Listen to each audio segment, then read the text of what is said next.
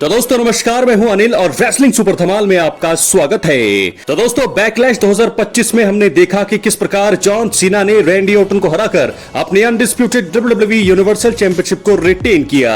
उसके बाद हमने देखा कि प्रेस कॉन्फ्रेंस में किस प्रकार उन्होंने आर ट्रुथ पर हमला किया और इसके बाद एक चीज तो कंफर्म है कि जॉन सीना का अब अगला जो मुकाबला होगा, अगला जो टाइटल डिफेंस है वो किसके खिलाफ होगा। जी हां दोस्तों, आर ट्रुथ के खिलाफ कहा जा रहा है कि बैकलैश 2025 के बाद सैटरडे नाइट मेन इवेंट में जॉन सीना का अगला मुकाबला आर ट्रुथ के खिलाफ हो सकता है। तो ये एक मुकाबला है जॉन सीना का जो सैटरडे नाइट मेन इवेंट में हमें देखने को मिलने वाला है। अनाउंसमेंट हुई नहीं है लेकिन टीज कर दिया है और ऐसी पूरी संभावना है कि जॉन सीना का अगला मुकाबला अब आर ट्रुथ के साथ होगा, जो कि बड़ी आसानी से जॉन सीना जीत जाएंगे। लेकिन उसके बाद उनको कंपटीशन चाहिए। तो क्या वो कंपटीशन दे सकते हैं हमारे ट्राइबल चीफ रोमन रेंस? जी हां दोस्तों, बिल्कुल, क्योंकि रोमन रेंस इस समय ब्रेक पर है।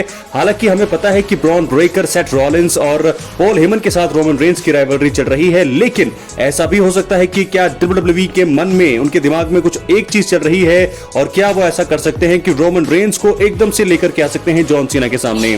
दोस्तों इसके कई कारण हैं, क्योंकि मैं आपको वो एक एक करके कारण बताने वाला हूं, इसलिए वीडियो के अंत तक बने रहें। और अगर आप चैनल पर नए हैं, सब्सक्राइब करने के बाद ऑल पर क्लिक करें, क्योंकि फ्री है और यहां आपको हर प्रकार की रेसलिंग जगत से जुड़ी हुई तमाम जानकारी मिलती है और मिलती रहेंगी। इसलिए वीडियो को लाइक करें, शेयर करें, सब्सक्राइब करने के बाद ऑल पर क्लिक जरूर करें। दोस्तों सबसे पहला कारण, जॉन सीना का रिटायरमेंट टूर चल रहा है, तो ऐसे में अगर रोमन रेंस अब नहीं तो फिर मुश्किल हो जाएगा जॉन सीना के सामने उनको लेकर के आना, क्योंकि एक बहुत ही बड़ा ब्लॉकबस्टर ये सामना होगा।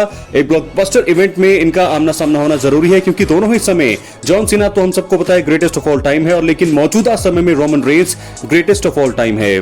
तो दोस्तों ऐसे में आपको बता दें कि इन दोनों का आमना सामना समर स्लैम 2025 में हो सकता है। तो ऐसे में रोमन रेंस वापसी करके जॉन सीना को उनके अगले चैलेंजर के रूप में चैलेंज कर सकते हैं चैंपियनशिप के लिए। तो ये एक सबसे पहला और बड़ा कारण था कि जॉन सीना का रिटायरमेंट टूर है। समर स्लैम में एक बहुत ही बड़ा मैच हम देख सकते हैं। उसके बाद दूसरे बड़े कारण की अगर बात की जाए तो ये दोनों जो है ग्रेटेस्ट ऑफ ऑल टाइम है। तो ऐसे में जॉन सीना के फेयरवेल टूर वाले टाइम में इन दोनों का आमना सामना हो जाना ही चाहिए, जो कि सबसे बढ़िया चीज रहेगी जॉन सीना के लिए भी और यहाँ पर रोमन रेंस के लिए भी। तीसरी और आखिरी अगर मैं बात करूं, तीसरे कारण की बात करूं, तो मुझे लगता है कि ये सबसे बड़ा कारण हो सकता है इन दोनों को आमने सामने लेने के लिए, क्योंकि जॉन सीना ने भी हाल ही में कहा है बैकलैश में रैंडी ऑर्टन को हराने के बाद कि उन्हें कंपटीशन चाहिए। उन्होंने कहा था कि आई नीड कंपटीशन। तो रोमन रेंस से बड़ा कंपटीशन मुझे नहीं लगता कि उनके सामने आने वाला है। तो रोमन रेंस इस चक्कर में वो आ सकते हैं और जरूर जो है जॉन सीना भी काफी ज्यादा शॉक होंगे जब रोमन रेंस का थीम बजेगा और वो आकर के जो है कन्फ्रंट करेंगे जॉन सीना को और साथ के साथ उन्हें चैलेंज करेंगे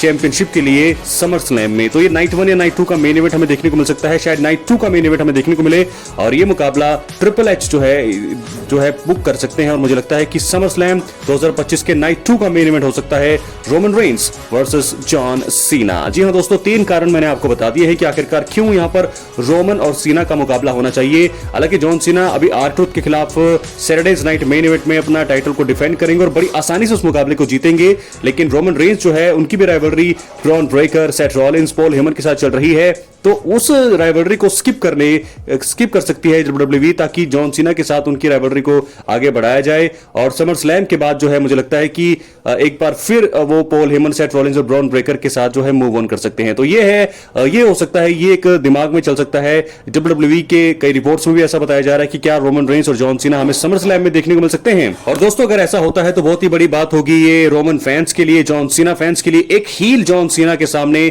बेबी फेस रोमन रेंस। हमने देखा कि किस प्रकार 2021 में जब समर स्लैम में रोमन चैंपियन थे वो हील थे और जॉन सीना बेबी फेस, तो कितना तगड़ा ये मुकाबला रहा था। हालांकि आखिर में जीत हुई थी रोमन रेंस की, लेकिन इस बार अगर जॉन सीना की जीत होती है एज अ हील तो मैं आपको बता दूं कि सबसे बढ़िया बात रहेगी ये रोमन के लिए भी, जॉन सीना के लिए भी। तो ऐसे में John Cena versus Roman Reigns, और वैसे भी सिंगल्स मुकाबला कभी जीते नहीं है जॉन सीना रोमन के खिलाफ, तो ये मौका है जॉन सीना के लिए कि रोमन रेंस को हरा दे। बहुत ही बड़ा मुकाबला ये होने की उम्मीद है और इस मैच में दखल अंदाजी जरूर हमें देखने को मिल सकती है। रॉक आ सकते हैं, ट्रेविस स्कॉट आ सकते हैं, और अगर मैं आपको बता दूं रॉक और रोमन रेंस की राइवलरी यहां से शुरू हो सकती है इस मैच के बाद से, क्योंकि जॉन सीना को डिफेंड करने अगर रॉक आ गए, रॉक ने अगर रॉक बॉटम दे दिया रोमन रेंस को गलती से, वहां से जॉन सीना जीत गए और उसके बाद रोमन रेंस और रॉक की राइवलरी शुरू होगी और वो रेसलमेनिया 42 तक जा सकती है। तो दोस्तों इस प्रकार Roman Reigns versus John Cena summer slam 2025 के नाइट 2 टू का मेन इवेंट हो सकता है? क्या है आपकी राय? अपनी राय कमेंट बॉक्स में जरूर दें। चैनल पर नए हैं, सब्सक्राइब करने के बाद ऑल पर क्लिक करें। मिलते हैं अगली वीडियो में। बहुत बहुत धन्यवाद।